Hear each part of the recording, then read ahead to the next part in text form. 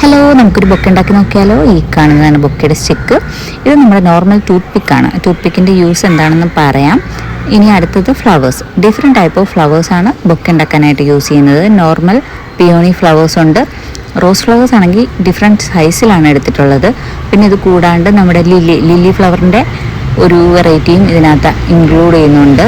ഇതൊരു dark shade, മൊത്തത്തിൽ ഒരു വെറൈറ്റി കിട്ടാൻ വേണ്ടിയിട്ട് എടുത്തതാണ്. നമ്മുടെ ടൂത്ത് പിക്ക് എടുത്തിട്ട് അതിൻ്റെ പിന്നിൽ കുറച്ച് ഫെവിക്കോൾ ആഡ് ചെയ്ത് കൊടുക്കുക. ഫെവിക്കോൾ ആഡ് ചെയ്തതിന് ശേഷം നമ്മുടെ ഫ്ലവേഴ്സ് ഓരോ സെപ്പറേറ്റ് ചെയ്ത് വെച്ചിരിക്കുന്ന ഫ്ലവേഴ്സിനകത്തോട്ട് ഇത് ഇൻസേർട്ട് ചെയ്ത് കൊടുക്കുക. ഇൻസേർട്ട് ചെയ്ത് കൊടുത്തതിന് ശേഷം നമ്മുടെ എല്ലാ ഫ്ലവേഴ്സിനകത്തും ഈ ടൂത്ത് പിക്ക് ഗ്ലൂ ചെയ്ത് ഇൻസേർട്ട് ചെയ്ത് ഒരുമിച്ച് വെക്കുകയാണെന്നുണ്ടെങ്കിൽ നമ്മുടെ പരിപാടി എളുപ്പത്തിൽ കഴിയും.